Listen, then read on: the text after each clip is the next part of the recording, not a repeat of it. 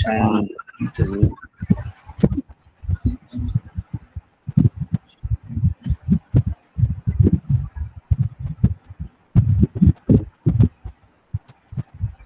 ഏഴാം അധ്യായം നമ്മൾ 45 വരെയാണ് എടുത്തത്. 46 എടുക്കേണ്ടത്.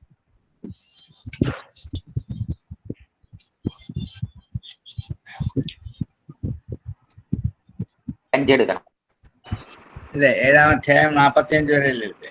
സപ്തമസ്കന്ധം 44 വരെ എത്ര എടുക്കാം? ആണോ? ഇനി 45 എടുക്കണം. 45 എടുക്കണം. ഇനി 45 എടുക്കണം.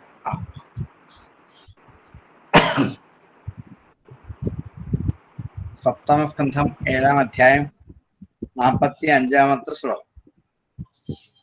സപ്തമസ്കന്ധം 7-ാം അധ്യായം 45-ാമത്തെ ശ്ലോകം. കിമേതൈരാത്മനഃ തുച്ഛൈ സഹദേവേന നശ്വരൈ അനർത്ഥൈരർത്ഥസംഘാഷൈർ നിത്യാനന്ദമഹോദധേഃ. കിം ഏതൈഹി, ഇവകളെ കൊണ്ട് എന്ത് കാര്യം? കിം ഏതൈഹി ആത്മനഃ തുച്ഛൈഹി. തുച്ഛൈഹി ഏതൈഹി കിം, തുച്ഛങ്ങളായ ഇവകളെ കൊണ്ട് എന്ത് കാര്യം? ഇതുവരെ പറഞ്ഞു വന്ന ഭൗതികങ്ങളായ സമസ്ത സുഖാനുഭൂതികളും സുഖത്തിനാണെന്ന് വിചാരിച്ച് ചെയ്യുന്ന സമസ്ത ഭൗതിക കർമ്മങ്ങളും സുഖമല്ലാത്തിരുന്നതെന്ന് ബോധ്യമായിട്ടും തുച്ഛൈഹി ഏതൈഹി കിം, തുച്ഛങ്ങളായ ഇവകളെ കൊണ്ട് എന്ത് കാര്യം സാധിക്കാനാണ്? എന്തു ഫലമാണ് ഉള്ളത്? കാരണം സഹദേഹേന നശ്വരൈഹി, ദേഹത്തോടു കൂടി നശിക്കുന്നതാണ് ഇതെല്ലാം. സഹദേഹേന നശ്വരൈ, ദേഹേന സഹ നശ്വരൈ. ഇപ്പോൾ ഇതുവരെ വർണ്ണിച്ച് നമ്മൾ വിസ്തരിച്ച് പറഞ്ഞ സമസ്ത സുഖാനുഭൂതികളും ദേഹത്തിനൊപ്പം നശിക്കും. പിന്നില്ല, സമസ്ത സുഖവും ദേഹം നിലനിൽക്കുന്നതുള്ളൂ. ദേഹം വിട്ട് കഴിഞ്ഞാൽ മരിച്ച് പോയി എന്നാ പറയാ. അങ്ങനെ പോയി കഴിഞ്ഞാൽ പിന്നീട് ഈ സുഖാനുഭവങ്ങളൊക്കെ എവിടുന്ന് കിട്ടാൻ? അത് കിട്ടില്ല. തുച്ഛങ്ങളാണ്. കുറച്ചു കാലത്തേക്ക് മാത്രം നിലനിൽക്കും എന്ന് മാത്രമേ ഉള്ളൂ. ഈ ശരീരവും അതിൽ കാണപ്പെടുന്ന അവയവങ്ങളും നിലനിൽക്കുന്നിടത്തോളം മാത്രമേ നമുക്ക് സുഖാനുഭൂതിക്ക് അവകാശം ഉണ്ടാവുകയുള്ളൂ. അത് കഴിഞ്ഞാൽ പിന്നെ ഉണ്ടാവില്ല. അതുകൊണ്ടാണ് ദേഹേന നശ്വരൈഹി തുച്ഛൈഹി ഏതൈഹി കിം, ദേഹത്തോടൊപ്പം നശിക്കുന്ന നശ്വരങ്ങളായ ഈ ഭൗതിക ഭാവങ്ങളെ കൊണ്ട് എന്താണ് ഫലം എന്ന് മാത്രമല്ലാതെ അനർത്ഥൈഹി അർത്ഥസംഘാഷൈഹി നിത്യാനന്ദമഹോദധേഃ. ഇവകളൊക്കെ അനർത്ഥങ്ങളാണ്, നമുക്കറിയുകയും ചെയ്യാം. ഭൗതികമായ ഏത് സുഖാനുഭൂതിയും അനർത്ഥമാണ്, അനർത്ഥത്തിനാണ് എന്ന് പലപ്പോഴും നമുക്ക് ഉള്ളിൽ അറിയാം. പക്ഷെ നമ്മളിതൊക്കെ കണ്ണടച്ച് വിടും. പോട്ടെ, അതൊക്കെ ആയിക്കോട്ടെ. ഓരോന്നിനും ഓരോ തരത്തിലുള്ള അനർത്ഥങ്ങൾ നമുക്ക് നിത്യജീവിതത്തിൽ അനുഭവിച്ചുകൊണ്ടിരിക്കേണ്ടി വരും. അപ്പൊ ഇതെല്ലാം അനർത്ഥത്തിനു വേണ്ടിയാണ്. അർത്ഥസംഘാഷൈഹി, അർത്ഥത്തെ പോലെ, അർത്ഥത്തിന് തുല്യമായി. സംഘാഷം വെച്ച തുല്യം. അർത്ഥസംഘാഷം അർത്ഥത്തിന് തുല്യമായ, അർത്ഥത്തെ പോലെ തോന്നിക്കുന്ന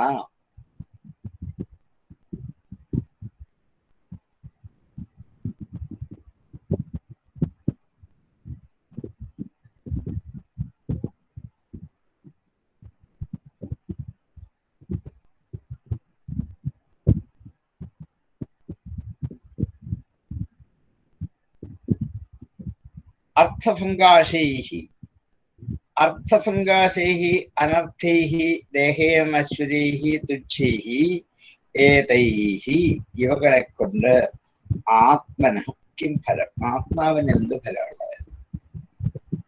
ആത്മാവ് ഒരു ശരീരത്തിൽ അധിനിവേശിച്ചു, കുറച്ചു കാലം അതിലിരുന്നു, കുറെ സുഖാനുഭവങ്ങൾ അനുഭവിച്ചു എന്ന് വരുത്തി അതൊക്കെ കളഞ്ഞു വീക്ഷിച്ചു പോകുന്നു. പിന്നെ മറ്റൊന്നിലേക്കാണ്. ഒരു നേട്ടവും ഇതുകൊണ്ട് എനിക്കില്ല എന്ന് വിചാരിക്കണം. എന്റെ ആത്മസ്വരൂപത്തിന് ഇതുകൊണ്ട് ഒരു നേട്ടവുമില്ല. ഈ നേട്ടങ്ങളൊക്കെ ഭൗതികമായ ശരീരത്തിനും ഇന്ദ്രിയങ്ങൾക്കും മനസ്സിനും വേണമെങ്കിൽ ബുദ്ധിക്കും ഒക്കെ മാത്രമേ ഉള്ളൂ, അതിനപ്പുറത്തേക്ക് പോവില്ല. അതുകൊണ്ട് ഇവരെ കൊണ്ട് എന്താണ് കാര്യം? നിത്യ ആനന്ദ മഹോദധേഹി, നിത്യമായ ആനന്ദത്തിന്റെ മഹോദധിയായിരിക്കുന്ന ആത്മാവിന് എന്ത് ഫലം? നിത്യ ആനന്ദ മഹോദധേഹി, നിത്യാനന്ദം ഒരിക്കലും നശിക്കാത്ത ആനന്ദം, അതിന്റെ മഹോദധിയാണ്. മഹോദധി വലിയ സമുദ്രം, ഉദധി സമുദ്രം, മഹോദധി വലിയ സമുദ്രം. നിത്യാനന്ദ മഹോദധേഹേ ആത്മനഃ, നിത്യാനന്ദ മഹോദധിയായിരിക്കുന്ന ആത്മസ്വരൂപത്തിന് ഏതൈഹി കിം ഫലം, ഇതുകൊണ്ട് എന്താണ് ഫലം? ഞാൻ ആത്മസ്വരൂപമാണ്, ഞാൻ ഇന്ദ്രിയമല്ല, മനസ്സല്ല, ബുദ്ധിയല്ല, ദേഹമല്ല, ശരീരമല്ല, ജീവനുമല്ല എന്നൊക്കെ എത്രയോ മുമ്പ് പല പല സന്ദർഭങ്ങളിൽ സൂചിപ്പിച്ച് ബോധ്യപ്പെടുത്തിയിട്ട് ഇനിയും പറയാൻ പോവാണ്. ഈ പറയുന്ന ഭൗതികമായ സുഖാനുഭവങ്ങൾ കൊണ്ട് നിത്യാനന്ദം അനുഭവിക്കുന്ന ആത്മാവിന് എന്ത് സുഖം? എന്തിനാ ഇതൊക്കെ ചെയ്യുന്ന ഓരോ കർമ്മങ്ങൾ? സുഖത്തിന് വേണ്ടി. ഈ സുഖം എന്താണ്? ആനന്ദാനുഭവത്തിന് വേണ്ടിയിട്ടാണ്. ഈ ആനന്ദാനുഭവം ആർക്കാവശ്യമില്ല? ആത്മാനാവശ്യമില്ല. കാരണം അത് നിത്യാനന്ദ സ്വരൂപനാണ്. നിത്യാനന്ദം അനുഭവിക്കുന്ന ഒരാൾക്ക് ക്ഷണികങ്ങളായ ചെറിയ ചെറിയ ആനന്ദങ്ങളെ കൊണ്ട് എന്താ കാര്യം? അതൊക്കെ ആവശ്യമില്ല. ക്ഷണികങ്ങളായ കുറെ ആനന്ദമുണ്ട്, അതൊക്കെ അപ്പത്തിൽ നശിക്കുന്ന, അവർക്ക് അതിന്റെ ആവശ്യമില്ല. കാരണം നിത്യാനന്ദ മഹോദധിയാണ് ആത്മസ്വരൂപം. ആത്മാവ് എന്ന് പറയുന്ന ആനന്ദ സ്വരൂപനാണ്, സ്വാതന്ത്ര്യാനന്ദാവബോധാത്മകനാണ് വാസ്തവത്തിൽ ആത്മസ്വരൂപം. എന്തിന് വേറെ സുഖവും ആനന്ദവും ഒക്കെ? അപ്പൊ ആത്മാവിന് വേണ്ടിയിട്ടല്ല ഈ സുഖവും ആനന്ദവും ഒക്കെ. പിന്നെ ആർക്ക് വേണ്ടിയിട്ടാണ്? ശരീരത്തിന് വേണ്ടി. ഈ ശരീരമോ നശ്വരം. എന്തിനു പറയുന്നു? ഇത് നശ്വരമാണ്, നിലനിൽക്കുന്നതല്ല, ഉറപ്പാണ്. എപ്പോ വേണേ നശിക്കാം, ഏത് നിമിഷവും നശിക്കാം. അങ്ങനെ നശിച്ചു പോകുന്ന ഒരു കാര്യത്തിന് വേണ്ടിയിട്ട് ഒരു ജീവിതകാലം മുഴുവൻ പ്രവർത്തിക്കുന്നത് കഷ്ടമല്ലേ എന്ന് ചോദിച്ചാൽ നിഷ്ഫലമാവില്ലേ? ഒരു ഫലവും ഇല്ലാണ്ടാവില്ലേ? എന്നാൽ ഞാൻ യത്നിക്കുന്നത് ആത്മാനന്ദത്താണ്. ആത്മാവ് നിത്യാനന്ദ സ്വരൂപനാണ്. അതിന് പിന്നെ ഈ പറയുന്ന ഒരു ആനന്ദത്തിന്റെ ആവശ്യം അതിനില്ല. അതുകൊണ്ട് ആനന്ദത്തിന് വേണ്ടിയിട്ടുള്ള യത്നം വിഫലമാണ് എന്ന് ബോധ്യപ്രദമാണ്. ഭൗതികമായ സുഖാനുഭവത്തിന് വേണ്ടിയിട്ടുള്ള യത്നങ്ങളൊക്കെ വെറും നിഴലുകൾ പോലെ മാഞ്ഞു പോകുന്നതാണ്, നിഷ്ഫലമാണ്, സഫലം ആവാത്തതാണ്. കിമേതേരാത്മനസ്തുച്ഛൈ സഹദേഹേന നശ്വരൈ അനർത്ഥൈരർത്ഥസംകാശേ നിത്യാനന്ദമഹോദധേ. കിമേതൈരാത്മനസ്തുച്ഛൈ സഹദേഹേന നശ്വരൈ അനർത്ഥൈരർത്ഥസംകാശേ നിത്യാനന്ദമഹോദധേ. ക്യാമറ ഓഫ് ആയി പോയോ? ആയോ? ഇല്ലല്ലോ, കാണുന്നില്ലല്ലോ. സാറിനെ കാണുന്നുണ്ടല്ലോ. ക്യാമറ ഓഫ് അല്ല, കാണാമല്ലോ. ഓഡിയോയും വീഡിയോയും ക്ലിയറാ സാറേ. അത് ചിലപ്പോ അത് ഓഫ് ആയതുകൊണ്ട് കിട്ടാവുന്നതായിരിക്കും. കാണാം, കുഴപ്പമില്ല. നിരൂപ്യതാമിഹ സ്വാർത്ഥക്രിയം ദേഹഭൃതോസുരാം നിഷേകാദിഷ്വസ്ഥാസു ക്ലിശ്യമാനസ്യ കർമ്മഭേ. നിരൂപ്യതാം എന്ന് വിചാരിച്ചു നോക്കൂ, നിരൂപണം ചെയ്ത് നോക്കൂ. നിരൂപ്യതാം ഇഹ, ഇവിടെ ഒന്ന് വിചാരിച്ചു നോക്കൂ. സ്വാർത്ഥ കിയാൻ ദേഹഭൃതോ അസുരാഹ. ഹേ അസുരാഹ, അല്ലയോ അസുരന്മാരെ. സ്വ അർത്ഥ എന്ന് വെച്ചാൽ തനിക്ക് പ്രയോജകീഭവിക്കുന്നതാണ്. സ്വ അർത്ഥം. സ്വ എന്ന് വെച്ചാൽ തനിക്ക്, അർത്ഥം എന്ന് വെച്ചാൽ സാധിക്കാനുള്ളത്. സ്വാർത്ഥം തനിക്ക് പ്രയോജകീഭവിക്കുന്ന, തനിക്ക് സാധിക്കാനുള്ളത്. കിയാൻ എന്ന് വെച്ചാൽ എത്ര.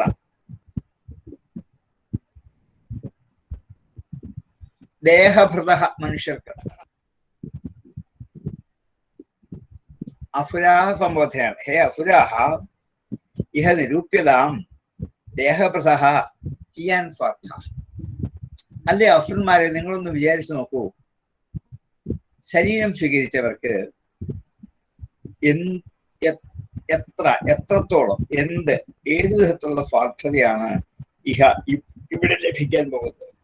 സ്വന്തം അർത്ഥം എന്ന് വെച്ചാൽ തനിക്ക് വേണ്ടി ഉണ്ടാക്കുന്ന ഈ തനിക്ക് പ്രയോജകീഭവിക്കുന്ന സമസ്ത അനുഭവങ്ങളും സുഖങ്ങളും ചെയ്യാൻ എത്രത്തോളം നിഷേകാദിഷു അവസ്ഥാഫു ക്ലിശ്യമാനസ്യ കർമ്മഭി. നിഷേകാദികളായ അവസ്ഥകൾ, നിഷേകം എന്ന് വെച്ചാൽ ബീജ സംയോഗം എന്നാണ്. ആ ബീജസംയോഗം മുതൽ സ്ത്രീയുടെ ഗർഭത്തിലേക്ക് പുരുഷ ബീജത്തെ സംയോജിക്കുന്ന നിഷേകം എന്ന ചടങ്ങ് പറയും. അപ്പൊ നിഷേകാദിഷു അവസ്ഥാഫു, നിഷേകാദികളായ അവസ്ഥകളിൽ മാതൃഗർഭത്തിൽ പ്രവേശിക്കുമ്പോൾ മുതൽ എന്ന് വെച്ചാൽ ശ്മശാനം വരെ, അന്ത്യം വരെ ആയി. നിഷേകാദിഷു അവസ്ഥാഫു, അവസ്ഥകളിൽ, അതായത് അന്ത്യേഷ്ടി വരെയുള്ള അവസ്ഥകളിലൊക്കെ, നിഷേകം മുതൽ അന്ത്യേഷ്ടി വരെയുള്ള ഓരോ അവസ്ഥകളെ കുറിച്ചും നിരൂപ്യതാമിഹ. ഒന്ന് വിചാരിച്ചു നോക്കൂ നിങ്ങൾ. കർമ്മഭിക്ലിശ്യമാനസ്യ, കർമ്മങ്ങളെ കൊണ്ട് ക്ലേശിക്കുക മാത്രം. ബീജസംയോഗം കൊണ്ട് ഗർഭത്തിൽ ആവിർഭവിക്കുമ്പോൾ മുതൽ ക്ലേശങ്ങളേ ഉള്ളൂ. 10 മാസത്തെ ഗർഭാവസ്ഥയിൽ എന്ത് തരം ക്ലേശങ്ങളാണ് ആ ശിശു അനുഭവിക്കുന്നത്? ശിശുവും മാതാവും. അത് പറഞ്ഞറിയിക്കാനാവാത്ത ക്ലേശങ്ങളാണ്. ഓരോ ദിവസവും ഈ ഗർഭവതിയായ സ്ത്രീ അനുഭവിക്കുന്ന ക്ലേശങ്ങൾ അവൾക്ക് മാത്രമേ അറിയൂ. കാരണം ഈ ഗർഭത്തിൽ രൂപം കൊള്ളുന്ന ശിശുവിന്റെ ഓരോ തരത്തിലുള്ള വൈഷമ്യങ്ങളൊക്കെ ഇവളെ തന്നെ ബാധിക്കുന്നു. അപ്പോൾ മുതൽ ജീവന് ഈ വിഷമതകളെയും ക്ലേശവും ദുഃഖാനുഭവങ്ങളും ഉണ്ടായിക്കൊണ്ടേ അന്ത്യേഷ്ടി വരെ, ചിതയിലേക്ക് കൊണ്ടുപോകുന്നത് വരെയുള്ള ആ കാലഘട്ടങ്ങൾ മുഴുവനും ക്ലേശം മാത്രമേ ഉള്ളൂ ജീവിതത്തിൽ. സുഖം എന്ന് പറയുന്നത് ആണെങ്കിൽ തന്നെ നൈമിഷികമാണ്. തൊട്ട് മുമ്പിൽ ദുഃഖം തന്നെയാണ്. കർമ്മഭിക്ലിശ്യമാനസ്യ, കർമ്മം കൊണ്ട് ക്ലേശിക്കുന്നതായ ദേഹഭൃത മനുഷ്യർക്ക് നിഷേകാദിഷു അവസ്ഥാഫു ക്ലിശ്യമാനസ്യ, നിഷേകാദികളായ അവസ്ഥകളിൽ ക്ലേശിക്കുന്ന ദേഹഭൃത്തിനെ, ഒരു മനുഷ്യനെ ഇഹ കിയാൻ സ്വാർത്ഥ നിയുക്തത. ഇവിടെ എത്രത്തോളമാണ് സ്വ അനുഭവത്തിന്റെ ഫലം ഒന്ന് നിരൂപിച്ചു നോക്കൂ. യാതൊരു ഫലവുമില്ലാതെ സുഖാനുഭവത്തിന് വേണ്ടി, അനുഭവത്തിനല്ല നമുക്ക് അവകാശം. ഓരോ തരം പ്രാചീന കർമ്മങ്ങളുടെ അനുഭവങ്ങൾ, ദുഃഖങ്ങൾ അനുഭവിച്ചു തീർക്കാൻ വേണ്ടി മാത്രമാണ് ശരീരം എടുക്കുന്നത്. സുഖാനുഭവത്തിനല്ല. ശരീരം എടുക്കുന്നത് നേരത്തെ പ്ലാൻ ചെയ്ത് വെച്ചിരിക്കുന്ന എന്താണ്? മുമ്പുള്ള ജന്മാന്തരങ്ങളിൽ അനുഭവിച്ചിരിക്കുന്നതിന്റെ ശേഷം അനുഭവിച്ചു തീർക്കാൻ വേണ്ടിയിട്ട് ഇതാ ഒരു ജന്മം എടുത്തെന്നിരിക്കുക. ആ ജന്മം ഇനിയും ഇല്ലാതാക്കാൻ വേണ്ടി, ഈ ജന്മത്തിൽ ഈ ക്ലേശങ്ങളൊക്കെ അനുഭവിച്ചു പറ്റും, അതില്ലാതാക്കാൻ വേണ്ടിയിട്ടാണ് ഈ യത്നങ്ങൾ ചെയ്യാൻ പറയുന്നത്. അങ്ങനെ ജന്മ പരമ്പരകൾ ഒടുങ്ങും, കർമ്മ പരമ്പരകളും ഒടുങ്ങും.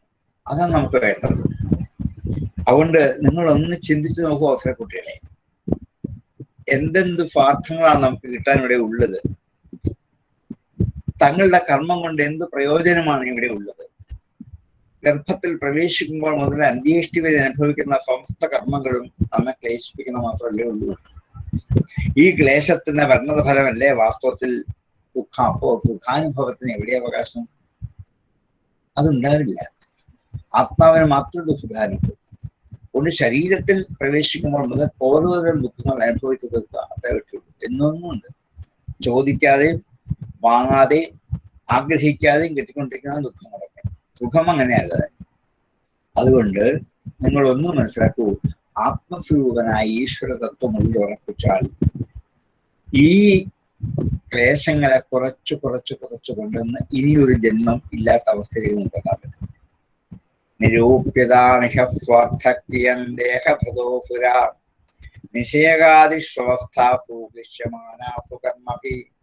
നിരൂപ്യതാമിഹ സ്വാർത്ഥ കിയൻ ദേഹഭൃതോസുര നിഷേകാദിഷ്വസ്ഥാസു ദൃശ്യമാനസ്യ കർമ്മഭി. കർമ്മണ്യാരഭതേ ദേഹി ദേഹേനാത്മാനുവർത്തിനാം കർമ്മഭിസ്തനുതേ ദേഹം ഉഭയം ത്വവിവേകത. കർമാണി ആരഭതേ ദേഹി. ദേഹി എന്ന് വെച്ചാൽ എന്താ? ശരീരമുള്ളവൻ, മനുഷ്യൻ എന്നർത്ഥം, ദേഹമുള്ളവൻ. കർമാണി ആരഭതേ, കർമ്മങ്ങളെ ആരംഭിക്കുന്നു. ഒരു ജീവാത്മാവ് തന്റെ കർമ്മങ്ങളെ ആരംഭിക്കുന്നു. ദേഹേന ആത്മാനുവർത്തിന. ആത്മാനുവർത്തിന ദേഹേന, തന്നോട് ചേർന്നിരിക്കുന്ന ദേഹത്തെ കൊണ്ട്. ആത്മാനുവർത്തിന ദേഹേന, ആത്മാവിനോട് തന്നോട് അനുവർത്തിച്ചിരിക്കുന്ന ചേർന്നിരിക്കുന്ന ദേഹത്തോടൊപ്പം ശരീരം കൊണ്ടാണ് കർമാണി ആരഭത്തെ. കർമ്മഭിഹി തനുതേ ദേഹം. കർമ്മങ്ങളെ കൊണ്ടാണ് ദേഹം തനുതേ, ഈ ശരീരത്തെ സമ്പാദിച്ച് നന്നാക്കി വെക്കുന്ന ഒക്കെ കർമ്മം കൊണ്ടാണ്. സകല കർമ്മങ്ങളുടെ ലക്ഷ്യം ശരീര പരിപോഷണത്തിന് വേണ്ടി മാത്രമാണ്. അപ്പൊ വാസ്തവത്തിൽ ഈ കർമ്മഭിഹി തനുതേ ദേഹം ഉഭയം തു, ഇത് രണ്ടും അവിവേകത, വിവേകമില്ലായ്മ ഉണ്ടാകുന്നതാണ്. അവിവേകത, അവിവേകത്തിൽ നിന്നും എന്ന് പഞ്ചമിയാണ്. അവിവേകത്തിൽ നിന്നും ഉണ്ടാകുന്നതാണ് രണ്ടും.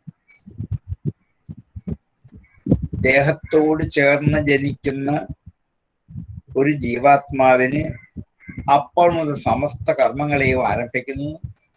എന്ന് മാത്രമല്ല, കർമ്മങ്ങളെ കൊണ്ട് ശരീരത്തെ സമ്പാദിപ്പിച്ച് വളർത്തി വലുതാക്കിക്കൊണ്ടുകയും ചെയ്യും. അതേ കർമ്മം കൊണ്ട് തന്നെ ശരീരം ക്ഷയിക്കുകയും ചെയ്യും. കർമ്മം കൊണ്ട് ശരീരം ഉണ്ടാകുന്നു, ശരീരം ചേർത്ത് വളർന്ന് വലുതാകുന്നു, അത് ക്ഷയിക്കുന്നു. ഇത് മൂന്നും കർമ്മം കൊണ്ടാണ് ഉണ്ടാകുന്നത്. അപ്പൊ വാസ്തവത്തിൽ വിവേകമില്ലാത്തത് കൊണ്ട് ഇത് രണ്ടും നിരന്തരം സംഭവിച്ചുകൊണ്ടേയിരിക്കും. വിവേകം ഉണ്ടായാൽ ഇതിനെക്കുറിച്ച് ചിന്തിക്കില്ല, അതാ വഴിക്ക് വന്നോളൂ. ഓരോ ദിവസവും ഇതിനെ നോക്കി നന്നാക്കി മെനക്കെടേണ്ട ആവശ്യമില്ല എന്നാ പറഞ്ഞത്. അതെന്റെ വഴിക്ക് വളർന്നു വന്നോളൂ. നമ്മളാരും ഒന്നും ചെയ്തിട്ടില്ല. ബാല്യവും കൗമാരവും യൗവനവും ഒക്കെ മാറി മാറി വരുന്നത് നമ്മുടെ കർമ്മത്തിന്റെ പ്രവർത്തനമൊന്നുമല്ല. വേണ്ടെന്ന് ആഗ്രഹിച്ചാൽ ഇതൊക്കെ വളർന്നു വന്നു. അത് ശരീരത്തിന്റെ പ്രകൃതമാണ്. അത് അതിന് വിട്ടുകൊടുത്തേക്കും. എന്നിട്ട് അതിന്റെ പുറകെ പോയിരുന്നാൽ മതി. വളരെയും വലുതാക്കുകയൊക്കെ ചെയ്യും. കുറെ കഴിയുമ്പോൾ കുറച്ച് കഴിയുമ്പോൾ ഇല്ലാണ്ടാവും. അങ്ങനെയൊക്കെ വരും. അത് സ്വാഭാവികമാണ്.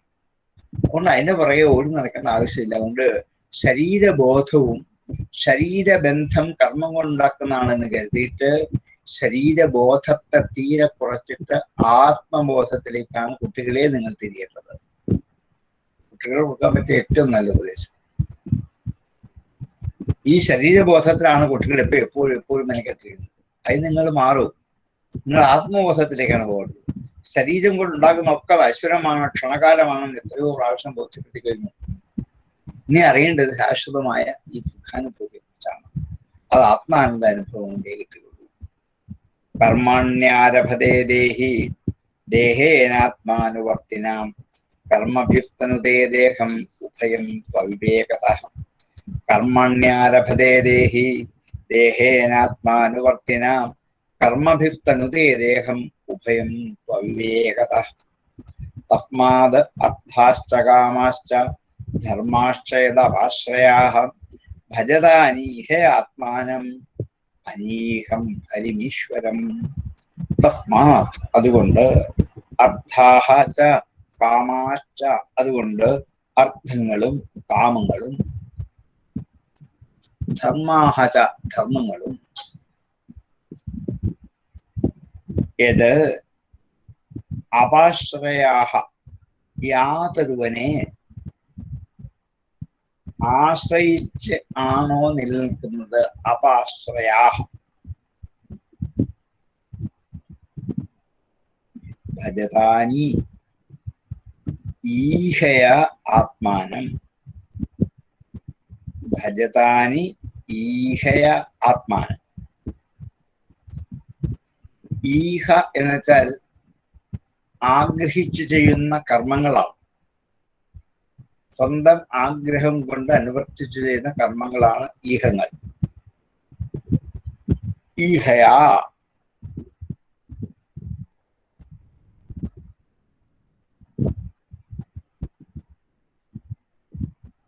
സ്വന്തം കർമ്മങ്ങളെ കൊണ്ട് അനീഹം ആത്മാനം ഹരിം ഈശ്വരം ഭജത, അനീഹനും ആത്മാവുമായ ഹരി എന്ന ഈശ്വരനെ ഭജിച്ചുകൊള്ളൂ. അനീഹം ഒരു പ്രവൃത്തിയും കർമ്മങ്ങളും ആഗ്രഹങ്ങളും ഇല്ലാത്തവൻ. അനീഹൻ ഹരിയുടെ വിശേഷമാണ്. അനീഹം ആത്മാനം ഹരി, ആത്മസ്വരൂപനുമായിരിക്കുന്ന ഹരിയെ. ആത്മസ്വരൂപനായി കാമാദികളായ ആഗ്രഹങ്ങളും അവയ്ക്ക് വേണ്ടിയുള്ള കർമ്മങ്ങളും ഇല്ലാത്തവനുമായ ഹരിയെ. ഹരി എന്ന് വെച്ചാൽ ദുരിതങ്ങളെ ഹരിക്കുന്നവനാണ്. ഹരതീതി ഹരി എന്നാണ്. ഹരിക്കുന്നവനാണ് ഹരി. ദുരിതങ്ങളെ ഹരിക്കുന്നവനുമായ ആ ഹരി എന്ന ഈശ്വരനെ അനീഹയ ഫലകാംക്ഷ കൂടാതെ നിങ്ങൾ ഭജിക്കുവിൻ. ഭജതാനി ഭജത അനീഹയ ആത്മാനം അനീഹം ഹരീശ്വരം. ഭജത ഭജിക്കൂ എന്ന് ലോട്ടാണ്. അതുകൊണ്ട് അർത്ഥകാമങ്ങളും ധർമ്മവും യാതൊരു വരെ ആശ്രയിച്ചിട്ടാണോ നിലനിൽക്കുന്നത് ആ ഹരിയെ തന്നെ ഭജിച്ചുള്ളൂ. ധർമ്മ അർത്ഥ കാമങ്ങളൊക്കെ ഈ ത്രിവിധ പുരുഷാർത്ഥങ്ങളും ഹരിയെ ആശ്രയിച്ചിട്ട് വേണം നിലനിൽക്കാൻ. നമുക്കിത് അങ്ങനെയല്ല, നമ്മളെ ആശ്രയിച്ചിട്ടാണ്. ധർമ്മവും അർത്ഥവും കാമവും ഒക്കെ നമ്മളെ ആശ്രയിച്ചിട്ടാണ് നമ്മൾ കൊണ്ടുപോകുന്നത്. അത് ഹരിയെ ആശ്രയിച്ചിട്ട് നിങ്ങൾ ചെയ്യുവിൻ. അനീഹരായിട്ട് അനീഹനായ ഹരിയെ ആശ്രയിച്ചുകൊള്ളൂ, ഭജിച്ചുകൊള്ളൂ. അതാണ് ചെയ്യേണ്ടത്. ഇത്രയൊക്കെ അറിഞ്ഞിട്ട് ഇനി ഞങ്ങൾ എന്താ ചെയ്യേണ്ടത്? എന്നാ പിന്നെ എന്താണ് വേണ്ടത്? ഈ ദേഹം വേണ്ടെന്ന് നോക്കാനല്ല, ദേഹം നിലനിൽക്കുന്നതോളം കാലവും നിലനിൽക്കട്ടെ. അതിനുവേണ്ടിയുള്ള പ്രയത്നം ഒഴിവാക്കണം. ദേഹമല്ല വലുത്, അതിൻ്റെ ഉള്ളിലുള്ള ചൈതന്യ സ്വരൂപനായ ഒരു ആത്മചൈതന്യമുണ്ട്, അതാണ് വലുത്. അതിലേക്കാണ് നമുക്ക് എത്തേണ്ടത്. ധർമ്മവും അർത്ഥവും കാമവും മോക്ഷത്തിന് വേണ്ടി തന്നെ ആവണം. അതുകൊണ്ട് ധർമാർത്ഥ കാമങ്ങളൊക്കെ നിങ്ങൾ യാതൊരു വരെ ആശ്രയിച്ചിട്ടാണോ നിലനിൽക്കുന്നത് ആ ഹരിയെ അനീഹരായി ഒരു കാമനകളുമില്ലാതെ ആ ഹരിയെ തന്നെ നിങ്ങൾ ഭജിച്ചോളൂ. ആ ഹരി അകാമിയാണ്. ഒരു കാമങ്ങളോ ഒരു വിധത്തിലുള്ള കർമ്മങ്ങളോ ബാധിക്കാത്തവനാണ് ആ ഹരി. അങ്ങനെയുള്ള ഹരിയെ നിങ്ങൾ എല്ലാവരും ആശ്രയിച്ചോളൂ. തസ്മാദർത്ഥാശ്ച കാമാശ്ച ധർമാശ്ച യദവശ്രയ ഭജത അനീഹയാത്മാനം അനീഹം ഹരിമീശ്വരം.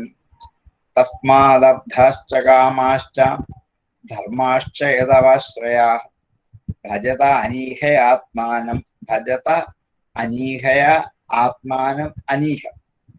ഭജത അനീഹയാത്മാനം അനീഹം ഹരിമീശ്വരം.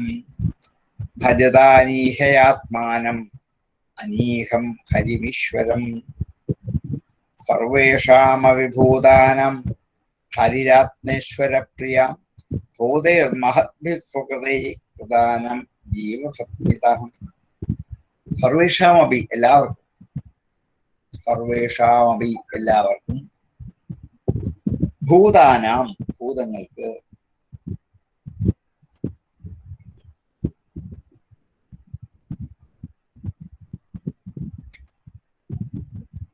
ഹരിഹി ആത്മ ഈശ്വരപ്രിയ ഹരിരാത്മേശ്വരപ്രിയ.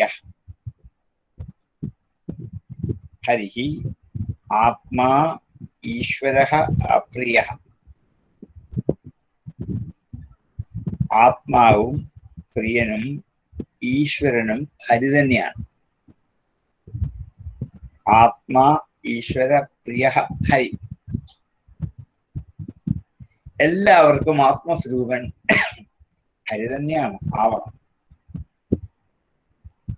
എല്ലാവർക്കും ഈശ്വരൻ നിയന്ത്രിക്കുന്നവൻ ഹരി തന്നെയാണ്. എല്ലാവർക്കും പ്രിയപ്പെട്ടവനും ഹരിയായിരിക്കും. എനിക്ക് പ്രിയപ്പെട്ട ഒറ്റ ഒരാളെ ഉള്ളു ലോകത്തിൽ, ആരെ? ഹരി മാത്രം. ബാക്കി ആരും എനിക്ക് പ്രിയപ്പെട്ടവരല്ല. ഓ, ഇങ്ങനെയൊക്കെ പറയാൻ പറ്റുമോ എന്നാണ് എപ്പോഴും അവസാനം എന്ന് പ്രിയപ്പെട്ട എന്ന് എഴുതാൻ പറഞ്ഞു. ഈ പ്രിയത്വം തൽക്കാലത്തേക്ക് മാത്രമേ ഉള്ളൂ. ഈ പ്രിയം ഒരു ചെറിയ കർമ്മം കൊണ്ട് മാറ്റി അപ്രിയമാക്കി മാറ്റും. നമ്മൾ പ്രിയപ്പെട്ട ഒരാളെ അങ്ങനെ സംബോധന ചെയ്താൽ 2 ദിവസം കൊണ്ട് അയാൾ അപ്രിയനായിട്ട് മാറും. ഹരി അങ്ങനെയില്ല. അതുകൊണ്ടാണ് പ്രിയപ്പെട്ട ഒരാളെ നമുക്കുള്ളൂ. ആരെ? ആത്മസ്വരൂപനായ ഹരി മാത്രം. സർവേഷാം ഭൂതാനാം ഹരിരാത്മേശ്വര പ്രിയ ഭൂതൈ മഹദ്ഭിസ്വകൃതൈ മഹദ്ഭിഹി ഭൂതൈഹി. മഹത്തുക്കളായ ഭൂതങ്ങളെ കൊണ്ട്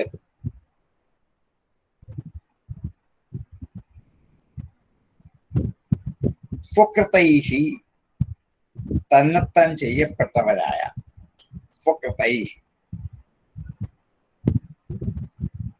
തന്നെത്താൻ ഉണ്ടാക്കപ്പെട്ട സ്വകൃതൈഹി തന്നെത്താൻ സൃഷ്ടിച്ച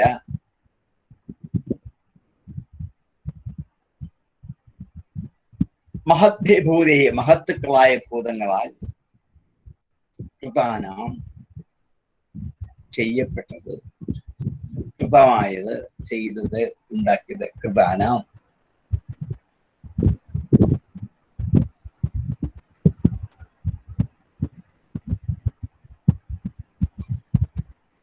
ജീവസഞ്ജിത ജീവൻ എന്ന പേരോട് കൂടിയ ജീവസഞ്ജിത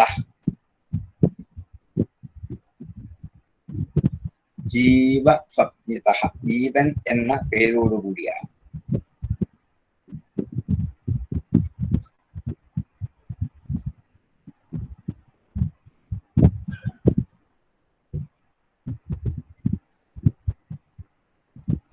സകല ജീവജാലങ്ങൾക്കും എന്താണ് സൃഷ്ടിക്കപ്പെട്ട ഈ പഞ്ചഭൂതങ്ങളെ കൊണ്ട് സൃഷ്ടിക്കപ്പെട്ട സകല ജീവജാലങ്ങൾക്കും ജീവൻ എന്ന പേരോട് കൂടിയിരിക്കുന്ന ആത്മസ്വരൂപനായ ഈശ്വരൻ തന്നെ പ്രിയനും നിയന്താവുമാണ് എന്നുള്ളത് ഉറപ്പാണ്.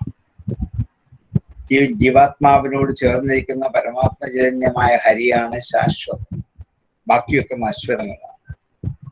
ശാശ്വതമായ ഒന്നിനെ വേണം പ്രിയപ്പെടാൻ, ഒന്നിനെ വേണം ഈശ്വരനായി കാണാൻ.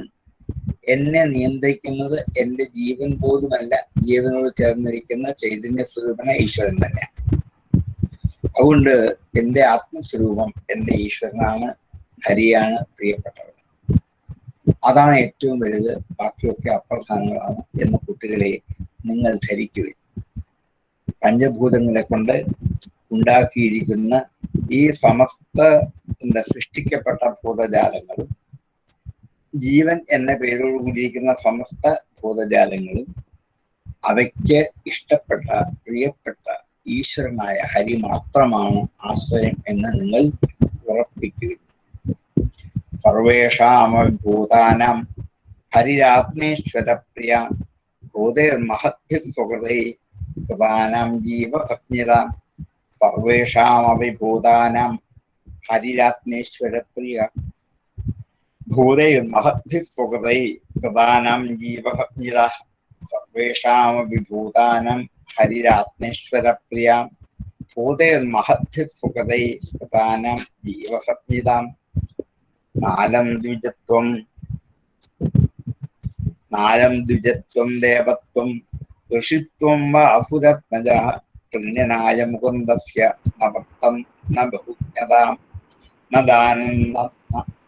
ദാനം ന തപോ നേജ്യ ന ശൗചം ന വ്രതാനിജാം പ്രീയതേ അമലയാ ഭക്ത്യാ ഹരിരന്യ വിഡംബനം. ഒരു ലൈൻ വിട്ടുപോയി. ഒരു ലൈൻ വിട്ടുപോയിട്ടുണ്ട്.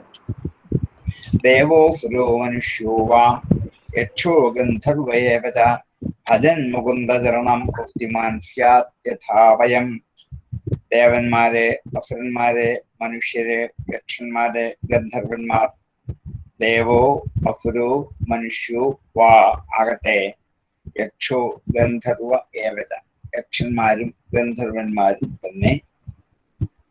മുകുന്ദചരണം ഭജൻ മുകുന്ദന്റെ ചരണത്തെ ഭജിച്ചുകൊണ്ടാണ് സ്വസ്തിമാൻ സ്യാത് മംഗളസ്വരൂപരായി മാറുന്നത്, ആനന്ദാനുഭൂതി ഉള്ളവരായിട്ട് മാറുന്നത്, സ്വസ്ഥരായി മാറുന്നത്, സുഖാനുഭൂതി ഉള്ളവരായിട്ട് മാറുന്നത് മുകുന്ദചരണം ഭജൻ ദേവന്മാരും അസുരന്മാരും മനുഷ്യരും യക്ഷന്മാരും ഗന്ധർവന്മാരും ഒക്കെ മുകുന്ദ ജന്മത്തെ ഭജിച്ചുകൊണ്ടാണ് സ്വസ്തിമാന്മാരായത്.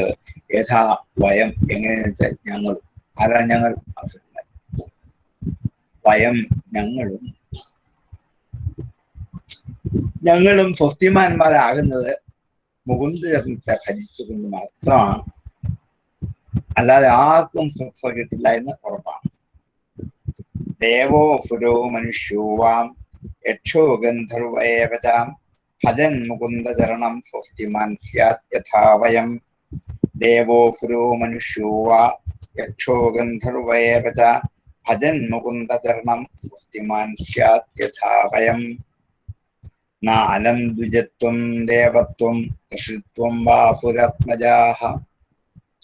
അലം എന്നുവെച്ചാൽ പര്യാപ്തമാകുന്നത്, അലം പര്യാപ്തമാകുന്നതല്ല.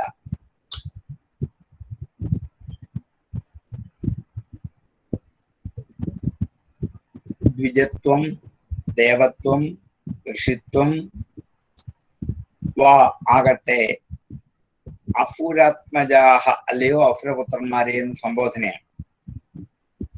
അസുരാത്മജാഹ, അസുരന്റെ ആത്മജന്മാരായവരെ, അസുരന്റെ പുത്രന്മാരായവരെ. നാലം ദ്വിജത്വം ദേവത്വം ഋഷിത്വം, മുകുന്ദസ്യ പ്രീണനായ, മുകുന്ദനെ സന്തോഷിപ്പിക്കാൻ ഒരു ബ്രാഹ്മണ ജന്മം ലഭിച്ചത് കൊണ്ടോ ദേവജന്മം കിട്ടിയത് കൊണ്ടോ ഋഷിയുടെ ജന്മം കിട്ടിയത് കൊണ്ടോ അലം പര്യാപ്തമല്ല. ബ്രാഹ്മണ ജന്മം ലഭിച്ചത് കൊണ്ട് ഇനിയൊക്കെ ആയി എന്ന് വിചാരിക്കാൻ പറ്റില്ല. ദേവന്മാരുടെ ഒരു ജന്മമാണ് കിട്ടുന്നതെങ്കിൽ അതുകൊണ്ടും ആയില്ല. ഒരു ഋഷിയുടെ ജന്മമാണ് കിട്ടുന്നതെങ്കിൽ അതുകൊണ്ടും പര്യാപ്തമല്ല. നാലം ദ്വിജത്വം ദേവത്വം ഋഷിത്വം വാ മുകുന്ദസ്യ പ്രീണനായ, മുകുന്ദന്റെ പ്രീണനായി, മുകുന്ദനെ അവിടെ എന്താണ് പ്രീതിപ്പെടുത്താൻ ഇതൊന്നും പര്യാപ്തമല്ല. പ്രീതിപ്പെടുത്താൻ ഇതൊന്നും ആവശ്യവുമില്ല. ഋഷിയാവണമെന്നില്ല, ബ്രാഹ്മണനാവണമെന്നില്ല, ദേവനാവണമെന്നില്ല മുകുന്ദനെ പ്രീതിപ്പെടുത്താൻ. ഈ അവസ്ഥയിൽ നിന്നെ പ്രീതിപ്പെടുത്താവൂ എന്നില്ല. ന വൃത്തം ന ബഹുജ്ഞത. ന വൃത്തം, അതിന് വൃത്തങ്ങളും ആവശ്യമില്ല. ബഹുജ്ഞതയും, ബഹുജ്ഞത ധാരാളം അറിയുക. വൃത്തം കർമ്മമാണ്, അതിന് കർമ്മവുമല്ല. ബഹുജ്ഞത ധാരാളം അറിയൽ, ജ്ഞാനം, ഇതും അതിനാവശ്യമില്ല. നവൃത്തം ന ബഹുജ്ഞത. കർമ്മമോ ജ്ഞാനമോ മുകുന്ദനെ പ്രീണിപ്പിക്കാൻ ആവശ്യമില്ല, പര്യാപ്തമല്ല. ന ദാനം, ദാനവും പര്യാപ്തമല്ല. ന തപോ, തപസ്സും പര്യാപ്തമല്ല. ന ഇജ്യ നേജ്യ, ഇജ്യ എന്ന് വെച്ചാൽ യാഗം, യജ്ഞം, യജ്ഞവും പര്യാപ്തമല്ല. നേജ്യ, ന ഇജ്യ നേജ്യ.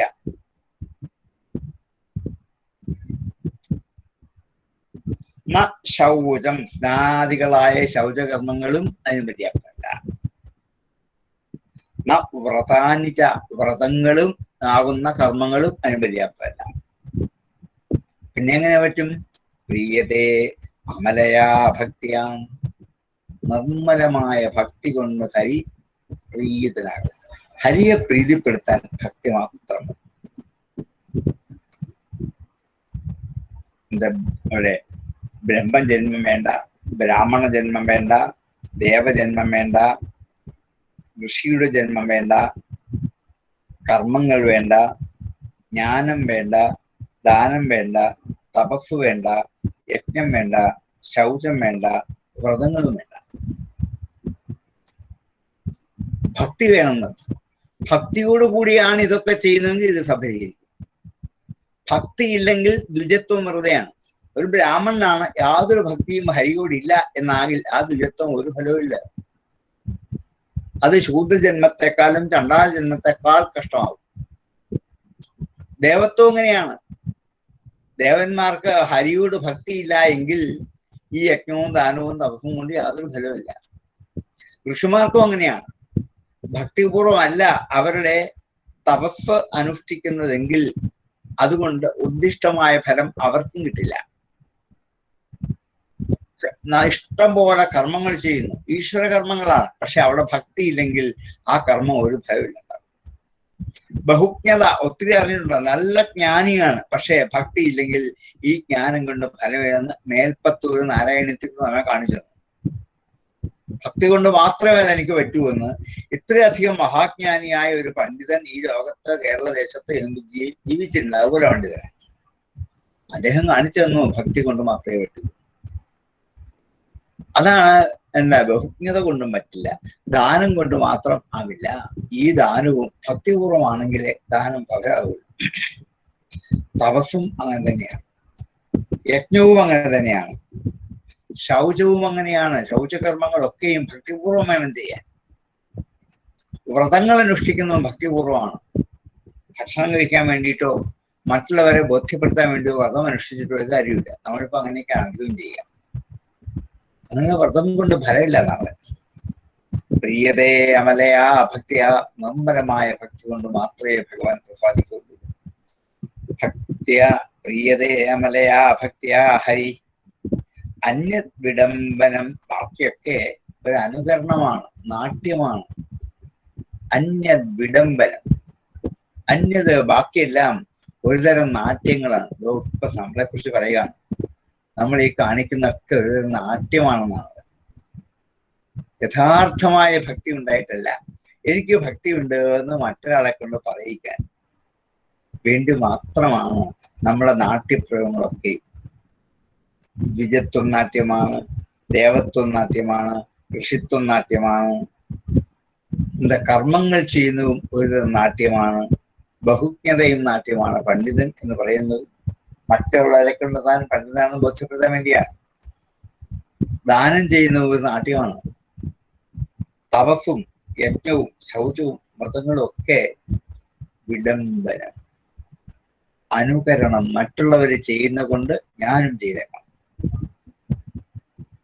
പക്ഷേ മറ്റുള്ളവർ ചെയ്താലും ചെയ്തില്ലെങ്കിലും എനിക്ക് ഹരിഭക്തിയാണ് വേണ്ടത് എന്ന് മനസ്സിൽ ഉറപ്പിച്ചുകൊണ്ടാണ് ഈ പറഞ്ഞ 10 കൂട്ടം ചെയ്യുന്നതെങ്കിൽ മാത്രമേ ഫലമാവുകയുള്ളൂ. അല്ലെങ്കിൽ ഇതൊക്കെ നിഷ്ഫലമായി ചെയ്യും. നാലം ദ്വിജത്വം ദേവത്വം ഋഷിത്വം വാസുരത്മജാഹ. പ്രീണനായ മുകുന്ദസ്യ നവക്തം ന ബഹുജ്ഞതാം ന ദാനം ന തപോനിജ്യ ന ശൗചം നവ്രതാനി ച. പ്രിയതേ അമലയാ ഭക്ത്യ ഹരിരന്യത് വിഡംബനം. നാലം ദ്വിജത്വം ദേവത്വം ഋഷിത്വം വാസുരത്മജാഹ. പ്രീണനായ മുകുന്ദസ്യ നവക്തം ന ബഹുജ്ഞതാം ന ദാനം ന തപോനിജ്യ ന ശൗചം നവ്രതാനി ച. പ്രിയതേ അമലയാ ഭക്ത്യ ഹരിരന്യത് വിഡംബനം. നാലം ദ്വിജത്വം ദേവത്വം ഋഷിത്വം വാസുരത്മജാഹ. പ്രീണനായ മുകുന്ദസ്യ നവക്തം ന ബഹുജ്ഞതാം ന ദാനം ന തപോ നേജ്യ ന ശൗചം നവ്രതാനി ച. പ്രിയതേ അമലയാ ഭക്ത്യ ഹരിരന്യത് വിഡംബനം. തതോ ഹരൗ ഭഗവതി ഭക്തിം കുരുതേ ദാനവാഹ. ആത്മ ഉപമ്യേന സർവത്ര സർവഭൂതാത്മനീശ്വരേ. തതോ അതുകൊണ്ട്, ഹരവു ഹരിയിൽ, സപ്തമിയാണ് ഹരവു ഹരിയിൽ, ഭഗവതി ഭഗവാനിൽ, ഹരവു ഭഗവതി ഹരി എന്ന ഭഗവാനിൽ, ഭക്തിം കുരുത ഭക്തിയെ ചെയ്യൂ ഹേ ദാനവ. അല്ലേ അസുരന്മാരെ, നിങ്ങൾ ഹരിയോട് ഭക്തി കാണിക്കൂ, ബാക്കി ആരോടുമല്ല. ഭക്തി ഉണ്ടാവേണ്ട ഹരിയിൽ മാത്രമാണ്. തതോ ഹരവു ഭഗവതി ഭക്തിം കുരുത ദാനവാഹ. ആത്മ ഔപമ്യേന സർവത്ര, ആത്മതുല്യത്തോടുകൂടി, ആത്മ ഔപമ്യേന, ഔപമ്യം തുല്യത, ഉപമ, ആത്മ ഔപമ്യേന ആത്മോപമമായി,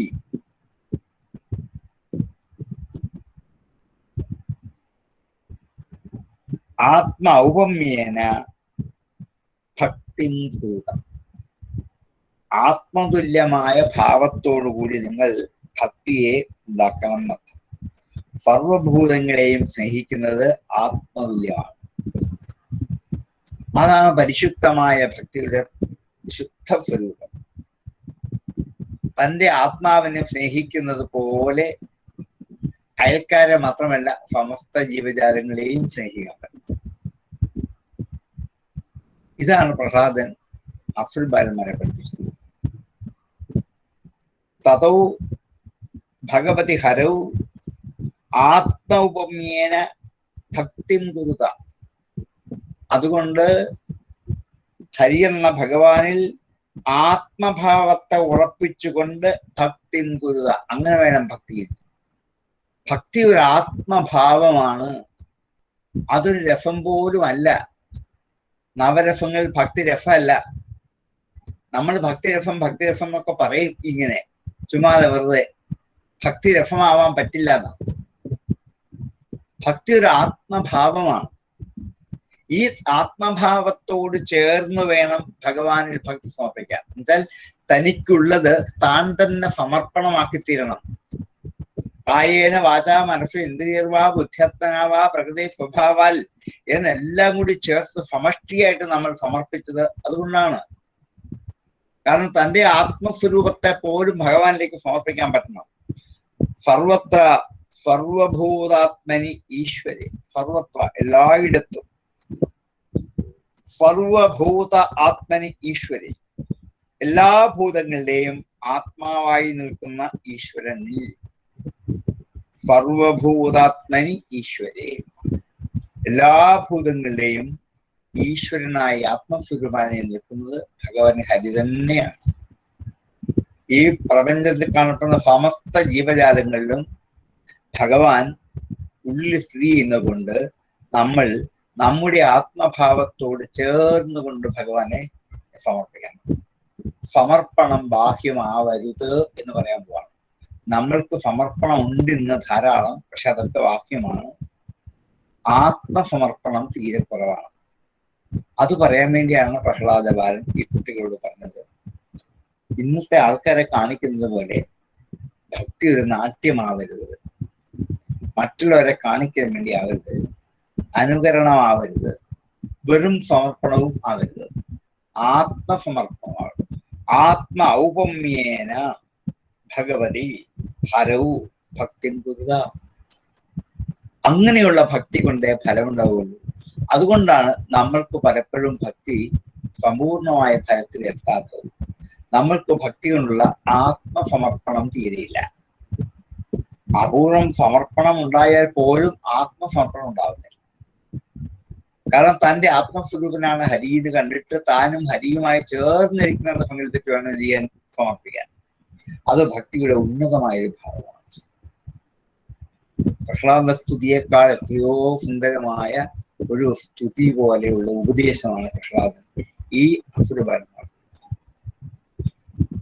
ശരിക്കും വെച്ച് പഠിക്കേണ്ട ഭാഗം ഇവിടെയാണ്. എത്രയോ ശ്ലോകങ്ങളാണ്. പ്രഹ്ലാദ സ്തുതിയേക്കാൾ നീണ്ട ശ്ലോകങ്ങളാണ്. ഇവിടൊക്കെയും ഒരു മനുഷ്യജീവിതം എങ്ങനെ ഈശ്വരാർപ്പണമാക്കി മാറ്റാമെന്ന് യുക്തിസഹമായി കാര്യകാരണബോധത്തോടെ വ്യക്തമായി അനുഷ്ഠേയമായ മട്ടിൽ അവതരിപ്പിച്ച് കാണിക്കാം പ്രഹ്ലാദൻ. നമുക്കതാ വേണ്ടത്. അതുകൊണ്ടാണ് പ്രഹ്ലാദ ചരിതം ആണ് പഠിക്കേണ്ടത്, അതാണ് അറിയേണ്ടത്. നരസിംഹാവതാരം അല്ല, അത് അവസാനമാണ്. ഈ കഥയുടെ അന്തിമം അവിടെ കൊണ്ട് തീരുമെന്ന് മാത്രമേ ഉള്ളൂ. പക്ഷെ നമ്മൾ ഏറെ ആഘോഷിക്കുന്ന നരസിംഹാവതാരമാണ്, പ്രഹ്ലാദനെ അല്ല. നമ്മൾക്ക് അനുകരിക്കുകയും അറിയുകയും പഠിക്കുകയും ചെയ്യേണ്ടത് പ്രഹ്ലാദ ബാലനെയാണ്. ഒന്ന് ഞാൻ നാരായണീയ സത്യത്തിൽ പ്രഹ്ലാദ ചരിതം എന്നാണ് ഇട്ടിരിക്കുന്നത്. ഇത് പറയട്ടെ എന്ന് വിചാരിച്ചിട്ടാണ്. നരസിംഹാവതാരം പറയാനല്ല ഇട്ടത്. എല്ലാവർക്കും അതിനാണ് താല്പര്യം, നരസിംഹാവതാരത്തെ കുറിച്ച് പറയാനാണ് താല്പര്യം. അതായിക്കോട്ടെ, വേണ്ടെന്ന് പറഞ്ഞില്ല. പക്ഷെ അത് അവസാനം അതാണെന്ന് മാത്രമേ ഉള്ളൂ. അതിനു മുമ്പ് പ്രഹ്ലാദന്റെ ചരിത്രം കുട്ടികൾക്ക് കൊടുക്കുന്ന ഉപദേശങ്ങൾ, അത് ശരിക്കും കുട്ടികൾക്കല്ല, നമ്മളെ പോലുള്ള കുട്ടികൾക്ക് എന്നും ആവശ്യമുള്ള ഉപദേശമാണ്. അതുകൊണ്ട് ആത്മൗപമ്യേന ഭാവേന ഹരവും ഭക്തി കുരുത. ഹരി ഭക്തി നിങ്ങൾ ഉറപ്പിക്കൂ എന്ന് ബോധ്യപ്പെടുത്തിയാതെ. തതോ ഹരോ ഭഗവതി ഭക്തിം കുരുതദാനവാ ആത്മൗപമ്യേന സർവത്ര സർവഭൂതാത്മനീശ്വരേ. തതോ ഹരോ ഭഗവതി ഭക്തിം കുരുതദാനവാ ആത്മൗപമ്യേന സർവത്ര സർവഭൂതാത്മനീശ്വരേ ദൈതേയ യക്ഷരക്ഷാംസി സ്ത്രീയശൂദ്രാവൃതരൂപസ ഖഗാമഗാഃ പാവജീവ സന്തി യച്യുതതം ഗതാഃ. ദൈതേയാഹ ദൈത്യന്മാർ, ദിതിയുടെ വംശത്തിൽ ഉണ്ടായവർ. യക്ഷ രക്ഷാംസി യക്ഷന്മാര്, രാക്ഷസന്മാര്, സ്ത്രീയ സ്ത്രീകൾ, ശൂദ്രാഹ ശൂദ്രന്മാർ, വ്രജൗകസഃ വ്രജവാസികൾ ഗോപന്മാർ വ്രജവാസികൾ,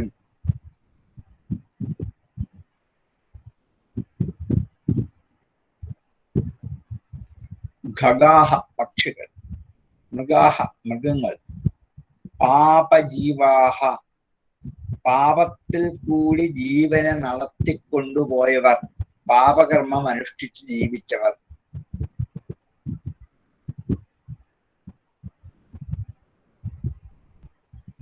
ഹി അച്യുതതാം ഗതാഃ സന്തി, അച്യുതത്വത്തെ പ്രാപിച്ചതായിട്ട് സന്ധി ഉണ്ടല്ലോ കഥകൾ.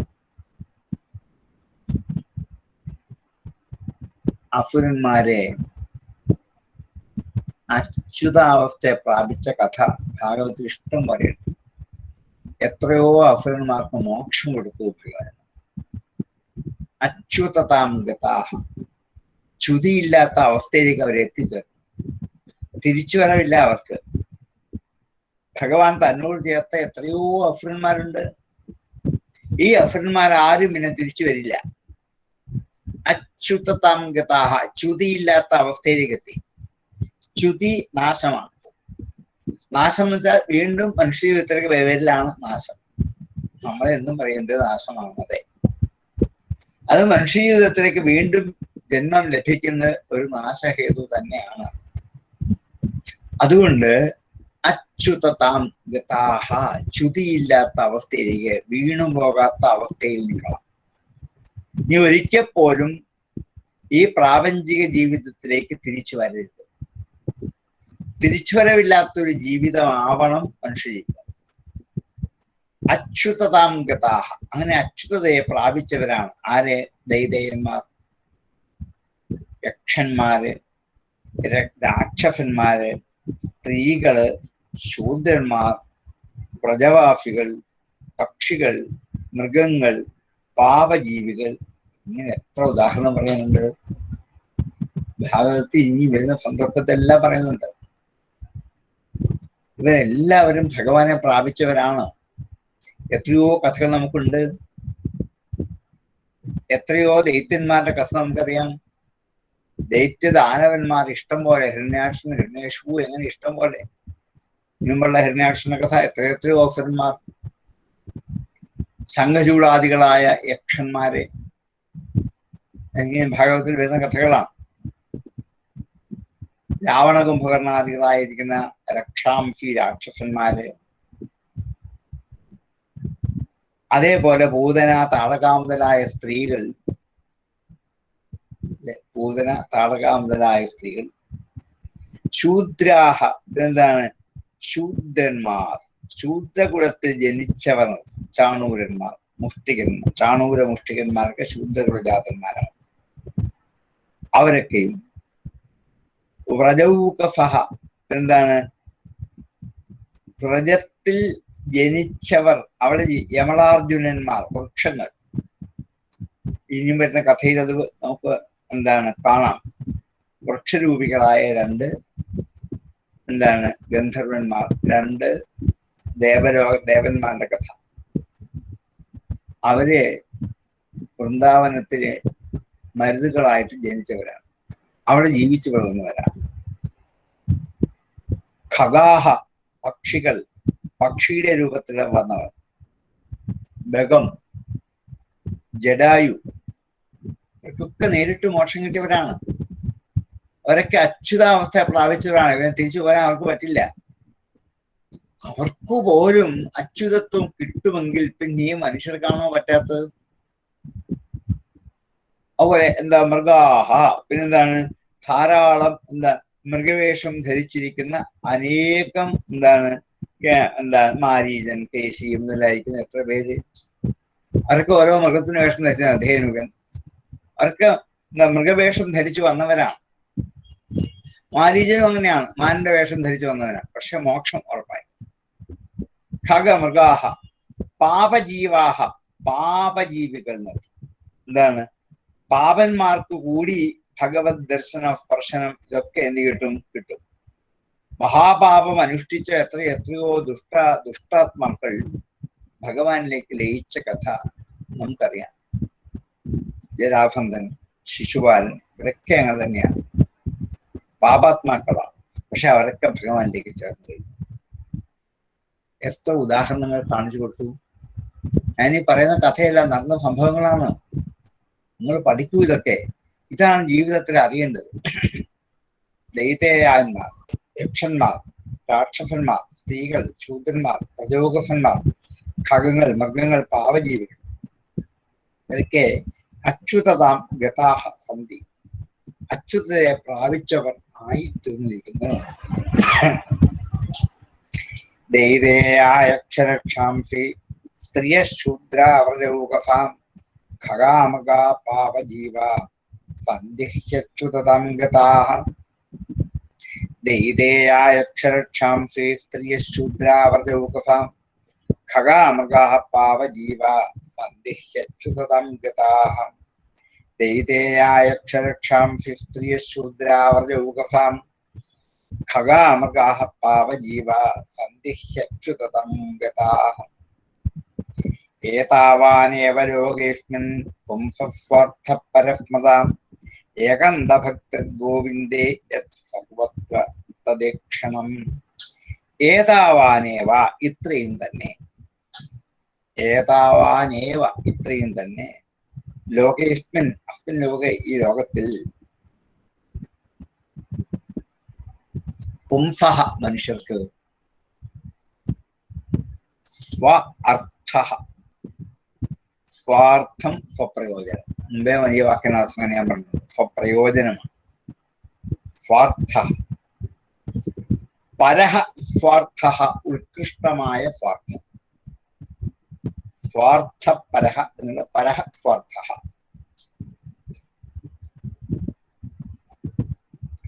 ആണ് എന്ന സ്മൃതഃ, ഉറപ്പിച്ചിരിക്കുന്നു, സ്മൃതിയിൽ ഉറപ്പിച്ചിരിക്കുന്നു. സ്മൃതികൾക്ക് പേര് കൊടുക്കുന്ന ഒന്ന് തന്നെയാണ്. വേദപ്രമാണങ്ങളെ ഉറപ്പിക്കുന്നതാണ് സ്മൃതികൾ. കൊണ്ട് സ്മൃതഃ, ഉറപ്പിച്ചിരിക്കുന്നു, വിചാരത്തിൽ, ചിന്തയിൽ, മനസ്സിൽ ഉറപ്പിച്ചിരിക്കുന്നു. ഇത്രയും മാത്രമാണ് ഈ ലോകത്തിൽ മനുഷ്യന് പരമമായ സ്വാർത്ഥം, ഉത്കൃഷ്ടമായ പ്രയോജനം. അർത്ഥം പ്രയോജനം, സ്വാർത്ഥം സ്വന്തം പ്രയോജനം. ഓരോ മനുഷ്യർക്കും ഈ ലോകത്തിൽ ലഭിക്കാനുള്ള ഏറ്റവും പരമപ്രധാനമായ അവസ്ഥ ഇത് തന്നെയാണ്. ഏതാവാനേവ, ഇത് തന്നെ. എന്താണത്? ഏകാന്ത ഭക്തർ ഗോവിന്ദേ, ഗോവിന്ദേ ഏകാന്ത ഭക്തി. ഗോവിന്ദനിൽ ഏകാന്തമായ ഭക്തി ഉണ്ടായിരിക്കുക. ഏകാന്ത ഭക്തി എന്ന് വെച്ചാൽ ഏകഹ അന്തഃ ഏകാന്തഃ. ഹരി എന്ന ഏകമായ അന്തത്തിൽ എത്തിച്ചേർന്ന ഭക്തിയാണ് ഏകാന്ത ഭക്തി. മറ്റൊന്നിനും പോവാതെ ഏകമായ അന്തത്തോട് കൂടിയത് ഏകാന്തം. ഒറ്റ അന്തം, ഹരി എന്ന ഏകമായ അന്തത്തിലേക്ക് എത്തിച്ചേർന്ന ഭക്തി, അതാണ് ഏകാന്ത ഭക്തി. ഇവിടെ ഏകാന്തത്തിൽ രഹസ്യം എന്നൊന്നും അല്ല എന്റെ അർത്ഥം, ഒറ്റയ്ക്കിരിക്കലും അല്ല. അങ്ങനെയൊക്കെ നമ്മൾ ധരിച്ചു വെക്കും വാക്കിന്റെ അർത്ഥം. പക്ഷെ ഇവിടെ ഏകമായ അന്തത്തോടു കൂടിയ ഭക്തിയാണ് ഏകാന്ത ഭക്തി. ഗോവിന്ദേ, ഇത് ഏകാന്ത ഭക്തി സർവത്ര തത് ഈക്ഷണം. എല്ലായിടത്തും ആ ഗോവിന്ദനെ തന്നെ കാണാൻ പറ്റണം. തത് ഈക്ഷണം. എവിടെ നോക്കിയാലും അറിയുള്ളൂ ഗോവിന്ദൻ മാത്രം. ഏത് മനുഷ്യരെ കണ്ടാലും, പക്ഷികളെ കണ്ടാൽ, മൃഗങ്ങളെ കണ്ടാൽ, വൃക്ഷങ്ങൾ കണ്ടാൽ, എന്തെ കണ്ടാലും ഇത് അത് തന്നെയാണ്. ഹരി ഹരി ഹരി എന്ന് എല്ലാ വസ്തുക്കളിലും ഹരിയുടെ ഭാവന നിറച്ചു വെച്ചാൽ മുമ്പ് പറഞ്ഞ ആത്മസ്വരൂപമായ ഭക്തി അനുഭവിക്കാൻ പറ്റും.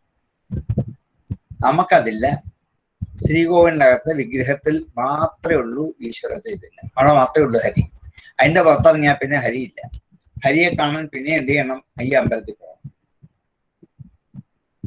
അതിന്റെ പേര് ഏകാന്ത ഭക്തിയല്ല, ആത്മഭക്തിയും അല്ല എന്നാണ്. ഏകാന്തവും ആത്മസ്വരൂപമായ ഭക്തി ഉണ്ടാവണമെങ്കിൽ എല്ലാവരിലും സമഭാവനയോടെ, സർവത്ര തദീക്ഷണം, എല്ലായിടത്തും അതിനെ തന്നെ കാണാൻ പറ്റണം. എല്ലാറ്റിലും ഉണ്ട്, ഉള്ളതിനെ കാണാൻ പറ്റണം. അങ്ങനെ ആയാൽ ഇത് ഏകാന്ത ഭക്തി ഗോവിന്ദേ, അത് ഗോവിന്ദനുള്ള ഏകാന്തമായ ഭക്തിയാണ്. ഇതാണ് അനുഭവിച്ചറിയുന്നത്. അല്ലയോ ബാലന്മാരെ, മറ്റുള്ളതുകൊണ്ട് എന്തോ ഫലം?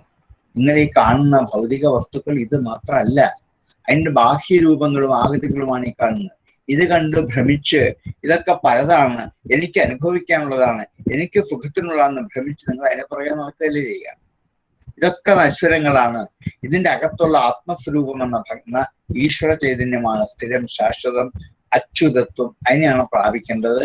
അതിനെ പ്രാപിക്കാൻ നിങ്ങളുടെ ആത്മാവും അതും സമാനമാണ്. ഔപമ്യേന ഭക്തി. ഈ ഒരു ഉപമ എപ്പോഴും ഉള്ളിൽ കാത്തു സൂക്ഷിച്ചുകൊണ്ട് സർവത്ര തദീക്ഷണം, എല്ലായിടത്തും അവനെ തന്നെ നോക്കി കണ്ട് അനുഭവിച്ചു കൊണ്ടുപോയാൽ അതാണ് ഏറ്റവും വലിയ ഭക്തി എന്ന് ഭക്തിയുടെ ഉത്തമമായ ഒരു മാതൃക.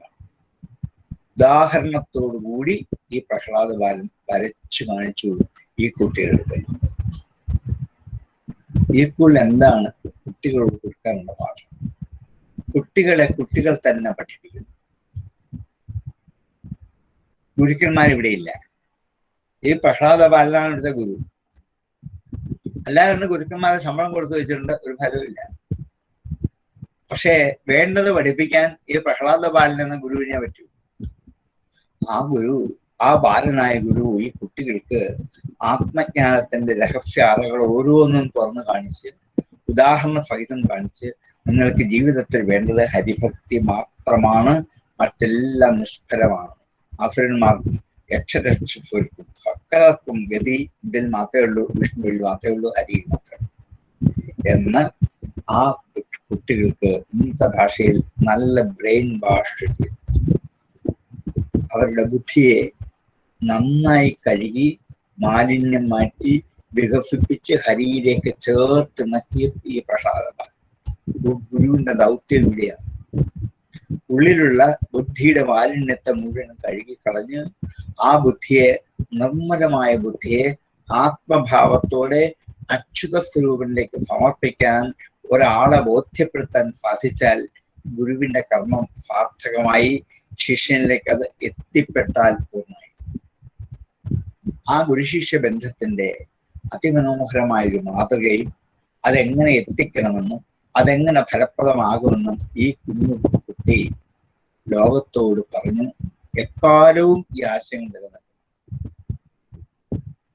ഈ പ്രഹ്ലാദ കഥയിൽ നമുക്ക് ഏറ്റവും അറിയേണ്ട ഒരു ഭാഗം ഇത്രയും ഭാഗം മാത്രമാണ്. ഈ ഒരു അധ്യായം മുഴുവൻ ഏതാണ്ട് 50 ശ്ലോകത്തിൽ വിസ്തരിച്ചുകൊണ്ടിരുന്നതാണ്.